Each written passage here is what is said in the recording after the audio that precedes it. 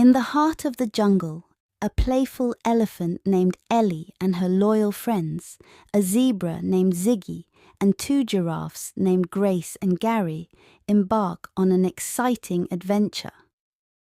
While exploring a new part of the jungle, Ellie stumbles upon a hidden treasure map. Excited about the prospect of finding treasure, Ellie leads her friends on a wild chase through the dense jungle.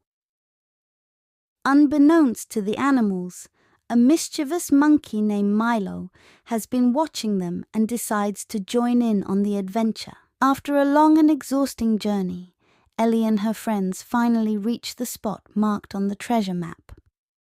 Instead of finding a chest filled with gold and jewels, they discover a magical fountain that grants them the ability to communicate with all the animals in the jungle. Realizing that the true treasure was the friendships they formed along the way, Ellie, Ziggy, Grace, Gary, and Milo come together to protect and care for the jungle and its inhabitants. As the animals stand united, they look out into the jungle, ready to embark on new adventures and spread their message of friendship and environmental conservation.